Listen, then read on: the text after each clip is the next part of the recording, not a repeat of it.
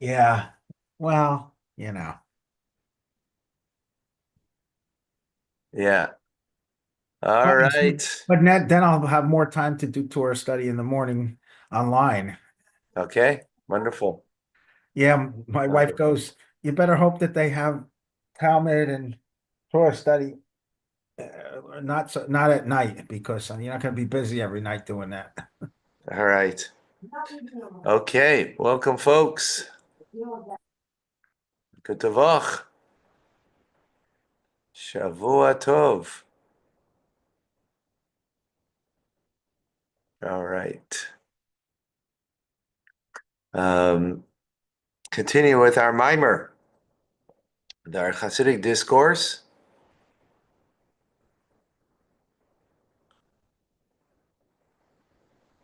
Uh,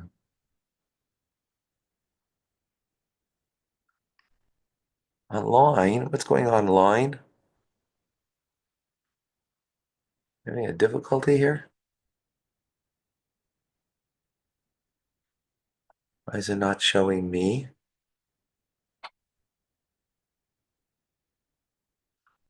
Hmm,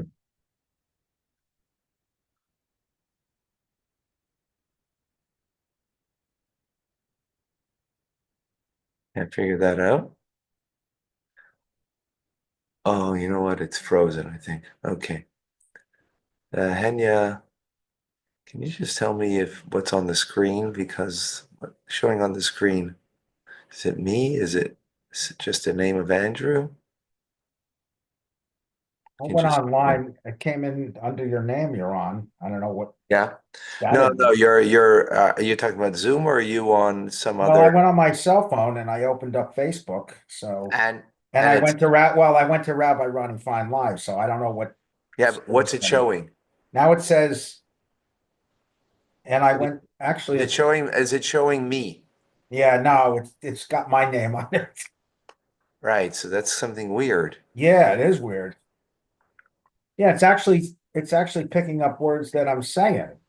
No, no, that's okay that it's picking, but is No, it what I'm saying to you is I'm talking and it's actually writing what I'm saying. okay, hold on. Yeah.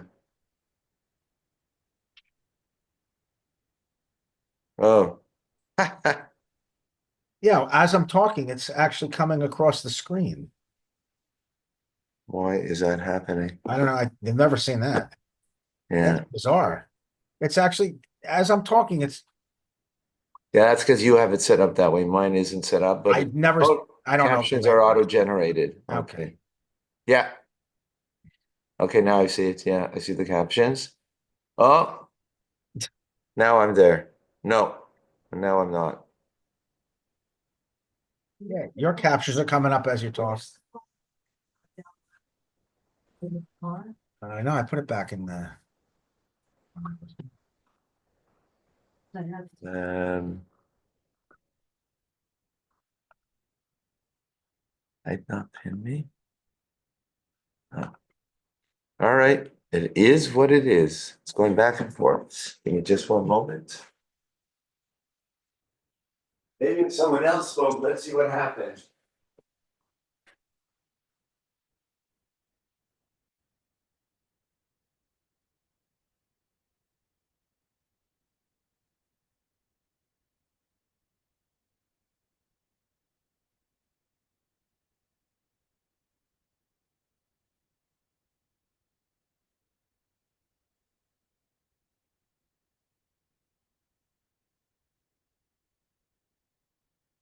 Okay. All right, folks. Seems like it got back. We continue with our mimer, with our Hasidic discourse.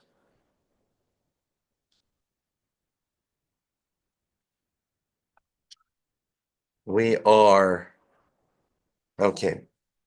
Let me just get my bearings straight.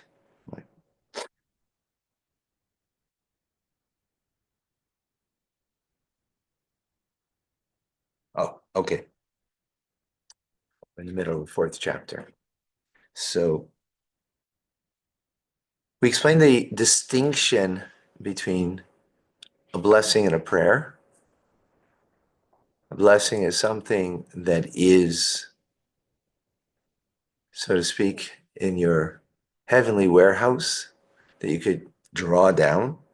A prayer is something that you can create. It's not there. It's not in your spiritual warehouse above. In other words, it's not in your cards. It's not in your cards, right? Yet you could create it because you touch a deeper place in the divine order of things, not the order of creation, but you touch beyond Seder Shtalshus, beyond the order of creation. You touch God Himself, and therefore Yiratzain may be God's will, right? Is the term often used to create a new will of God. God's will is beyond creation, and we have that power that we can do it. We said that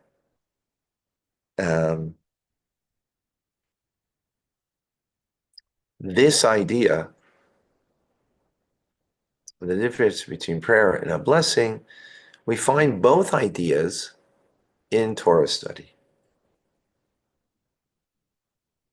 The fact that Torah study, sorry. So it comes out that through prayer, you can actually make a change. You can actually change something in creation. You're sick and you pray, they should be healed, or someone else should be healed. That's changing something. Torah also has that power to change. As we see,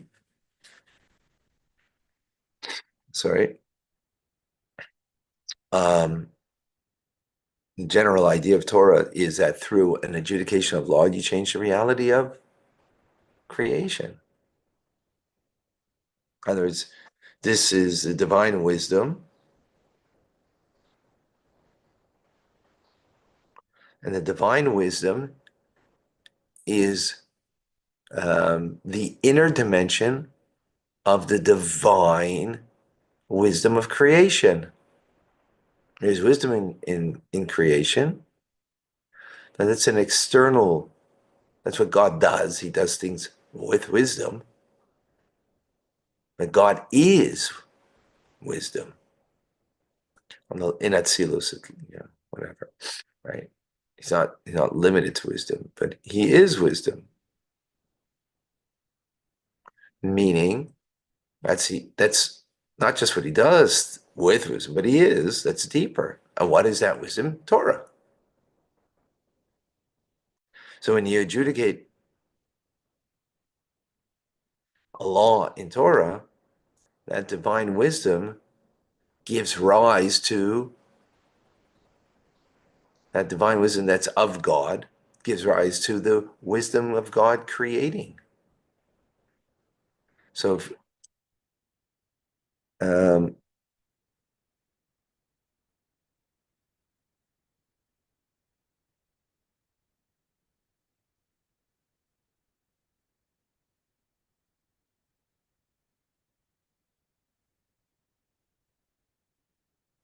just like the what you really want gives rise to you doing things that you don't really want, but you do it as a means to get what you really want, right? You really want to take care of your loved ones. So because of that, you do many other things as a means to an end. What drives the means to the end is the end. Taking care of your loved ones, right?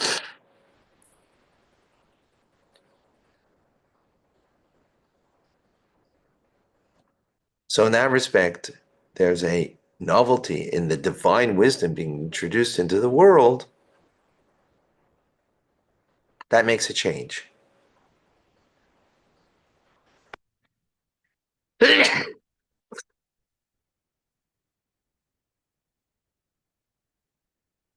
Excuse me. I have spring allergies. Yep, I hear you. I take pills, red, yellow, this time of year. Boy, I want to stay away from them. I can't breathe otherwise. Oh, okay. Then yeah, okay. If you can't breathe, then go ahead. Yes, absolutely. I didn't mean to suggest you should. Absolutely, you should. I mean, seems to be the only way you're going to breathe. Although I wonder if there's natural ways. Maybe not. When I was in my 20s, I took shots and built up where I only had to take them once every couple months, but Uh-huh. it took about 5 years to do, and I'm not doing that again. Right.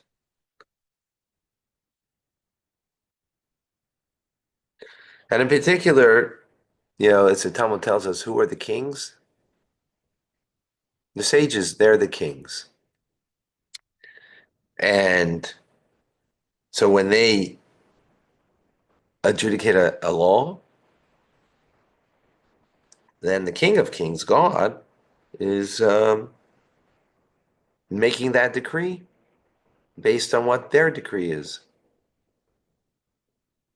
And the word of the king is, our command.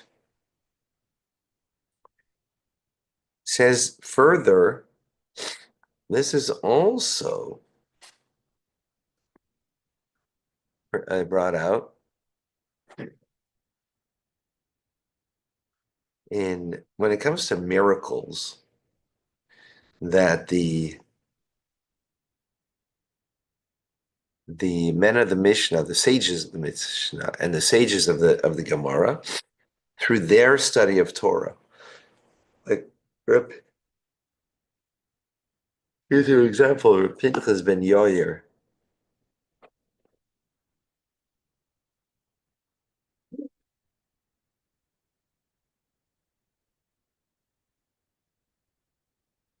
He came to a excuse you, excuse me.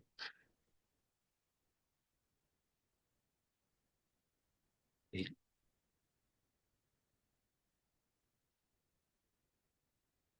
Talmud tells he came to a river, and he was in the midst of doing a mitzvah.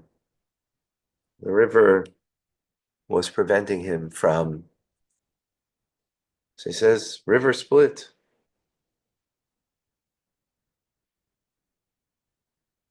And so it did.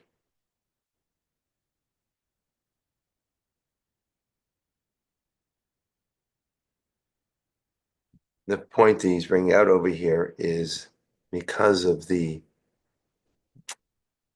know what? Some details I'm missing here in this story. I have to look it up. I'm sorry. Anyways, the point over here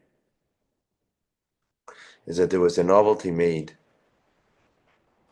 in the river, changing the reality, and that's a virtue of prayer, which is you can change the reality, the physical reality in this world.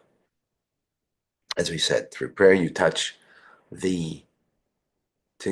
God Himself, not the spiritual warehouse above, as in blessing, and therefore you can change something here in this world. And that change, when it comes to Torah study, had to do with his Torah study. Therefore, it can be commanded, which is the virtue of blessing, right? As we explained previously, prayer is from below to above. So it takes great effort. So to create that change in God's will isn't merely just saying, "Oh God, I'm not feeling so well," and no. You have to touch a deeper place in yourself so you can touch a deeper place in the will of God. When it comes to blessing, blessing is the one who blesses is greater than the one who's being blessed, and therefore it can command the blessing upon and bring the blessing upon the individual, as we've explained. Now, so it has both virtues, the study of Torah. That's where we're going over here. Is, if you recall, Reb Shimon Bar Yochai brought rain into the world, not through prayer, which is the usual way to change the reality of this world, where there was a, the weatherman said, and the weatherman declared, which is God Almighty, that there's a drought, and to change that through prayer is the normal way that it's done. But Reb Shimon Bar Yochai did it through saying words of Torah. That's where we're going with this, right? We're in the midst of it. So now, everything that we just said about the virtue of prayer that is found in Torah study, yeah, but there's still something different about prayer that seemingly we did not emphasize over here in Torah. Right? Torah is divine wisdom. And of course, it's a divine wisdom, as we explain. There's divine wisdom in what God does, and there's divine wisdom of who God is, which is a much more personal and profound and greater. Just like, there's wisdom in what you do, in the things that you do. Oh, you did something and you see the wisdom in it. But that's not personal. That's not of you. That's right. That's not you. So Torah is the God's intimate divine wisdom as opposed to what he does create. Right. So yet wisdom, as great as this wisdom is very much removed from the essence of God that is Or Ein Sof, the light that is infinite of God. That's way beyond wisdom, divine wisdom. And what are we saying? That through prayer, we are drawing down a new will. Where does a new will come from? Right? How do you get a new will? It's because, well, in the divine order of things, because God is infinite, beyond even will. So when you touch that place that's beyond will, you could then create a new will. Well, let's understand that in human terms, right? You have a will for something. You desire something. You want something, right? Are you limited to that? Could that change? Of course it could. Why? Because will is the first expression of your soul. When you want something, will in Hebrew ratzon comes from ratz, to run. It's the first thing that runs out of you, that meaning expresses you, is your will. And that is coming from where? From your soul. Your soul that's infinite, that's beyond the specific will that you have. So when you touch inside of a deeper place in your soul, you could create a new will in you. New will could emerge. That was the exact opposite of the previous will. Likewise in God. Since we're creating the image of God, so I gave that just as a metaphor to appreciate. But likewise, it's in God. Now, when you touch God himself, Or Ein Sof, the light of God that's infinite, there can be now emerging a new will of God. That's greater than divine wisdom. So there's still a virtue, something in prayer that we don't find in Torah study. And we're going to stop here. We'll continue, and we're going to see that this virtue can also be found in Torah, but we'll have to wait for that. We'll see you soon, folks. Thank you for joining.